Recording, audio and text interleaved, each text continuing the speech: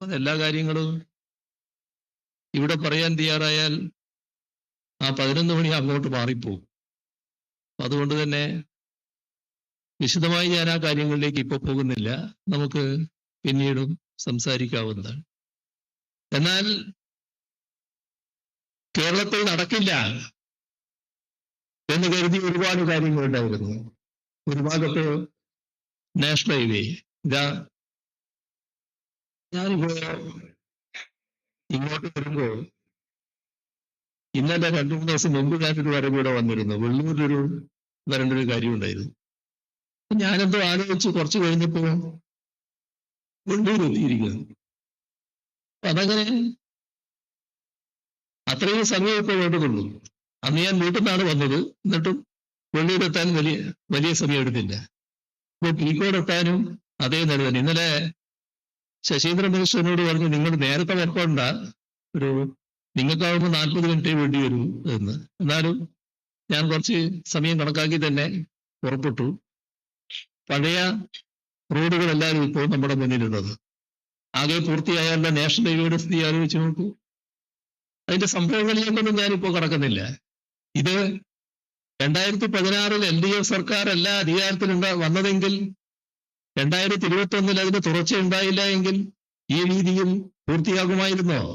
ഏതാനും നാട് കഴിയുമ്പോൾ ഈ റോഡാകെ നല്ല സുന്ദരമായ റോഡുകളായി പൂർണ്ണതയിലേക്ക് എത്താനല്ലേ പോകുന്നത്. നമ്മുടെ ഗെയിൽ പൈപ്പ് ലൈൻ, അതിലൂടെ ഗ്യാസ് ഇപ്പോ പ്രവഹിക്കുകയാണ്.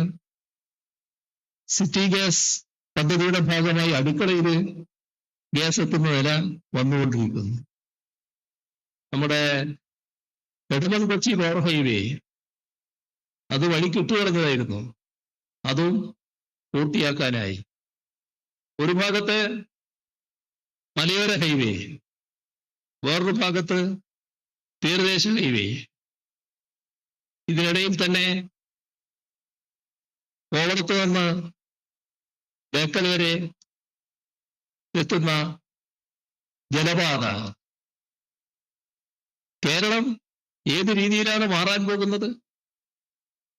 നമ്മുടെ നാടിന്റെ മാറ്റം ആരെയും കൊതിപ്പിക്കുന്ന പ്രകൃതി ഭംഗിയുള്ള നാടാണ് കേരളം. എന്നാൽ അതിനോടൊപ്പം പശ്ചാത്തല സൗകര്യം വലിയ തോതിൽ വികസിക്കുന്ന നില വന്നിരിക്കുന്നു. ക്ഷേമ പെൻഷൻ 600 രൂപ നേരത്തെ, 18 മാസം കുടിശ്ശിക. 2016 ഈ കഴിഞ്ഞ ഗവൺമെന്റ് LDFന്റെ നേതൃത്വത്തിൽ അധികാരത്തിൽ വന്നപ്പോൾ ആദ്യമെടുത്ത തീരുമാനം ആ കുടിശ്ശിക മുഴുവൻ കൊടുത്തു തീർക്കൽ. ഇപ്പോഴ് 1600, 60 ലക്ഷം പേർക്ക്. ഇതെല്ലാമല്ലേ നാടിന്റെ അനുഭവം? എല്ലാ മേഖലയും മാറിയില്ലേ?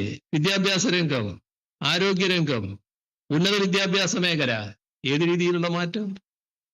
കാർഷിക രംഗത്തുണ്ടായ അഭിവൃദ്ധി എത്ര വലുത്?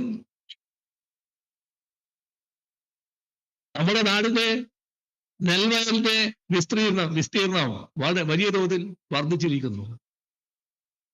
ഇവിടെ കിടപ്പാടം സ്വപ്നം കണ്ടിരുന്ന ആളുകൾക്ക് ലൈഫ് മിഷനിലൂടെ 4.5 ലക്ഷത്തിലധികം വീടുകൾ ഇപ്പോ കൊടുത്തു കഴിഞ്ഞു. 5 ലക്ഷത്തിലേക്ക് പെട്ടെന്ന് എത്താൻ പോവുകയാണ്. പട്ടയം 4 ലക്ഷത്തോളം പട്ടയം നമ്മുടെ സംസ്ഥാനത്ത് കൊടുത്തു കഴിഞ്ഞു. ഇതെല്ലാം ഈ കാലയളവിൽ പ്രാവർത്തികമാക്കിയതാണല്ലോ. എല്ലാ രംഗവും, ഏത് രംഗമെടുത്താലും മാറ്റത്തിന്റെ, പുരോഗതിയുടെ ചിത്രം മാത്രമേ നമുക്ക് കാണാൻ കഴിയൂ. ഇതിന് എല്ലാം നമുക്ക് കഴിഞ്ഞത് നാടിന്റെ ഒരുമയും ജനങ്ങളുടെ ഐക്യവുമാണ്. അതിന്റെ ഭാഗമായാണ് ഈ തരത്തിൽ പുരോഗതി നേടാൻ കഴിഞ്ഞത്. ഇതോടൊപ്പം കേന്ദ്ര ഗവൺമെന്റ് ഇങ്ങനെ ഒരു നിലപാടെടുക്കുമ്പോൾ കേരളത്തിന്റെ താല്പര്യം മുൻനിർത്തിക്കൊണ്ട് അതിനെ എതിർക്കാൻ ബാധ്യതപ്പെട്ടവരാണ് കേരളത്തിലെ പ്രതിപക്ഷം. പക്ഷേ അവരും കേന്ദ്ര ഗവൺമെന്റിനോടൊപ്പം നിൽക്കുന്ന കാഴ്ചയാണ് നാം കണ്ടത്. കേരളത്തിന്റെ താല്പര്യം ഉയർത്തിപ്പിടിക്കാൻ ബാധ്യതപ്പെട്ട കേരളത്തിലെ മാധ്യമങ്ങളിൽ ഏറിയ പങ്കും നിർഭാഗ്യവശാൽ കേന്ദ്രത്തിനോടൊപ്പം നിന്ന് ഇടതുപക്ഷ വിരോധവും LDF വിരോധവും വെച്ചുകൊണ്ട് നിലപാടെടുക്കുന്ന കാഴ്ചയാണ് നാം കണ്ടത്.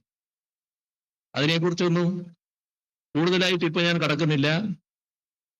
നമുക്ക് തകരാൻ പറ്റില്ല. നമ്മുടെ നാടിന് ഇനിയും പുരോഗതി ഉണ്ടാകേണ്ടതായിട്ടുണ്ട്. നവകേരളത്തിന്റെ യാത്രയിലാണ് നാം.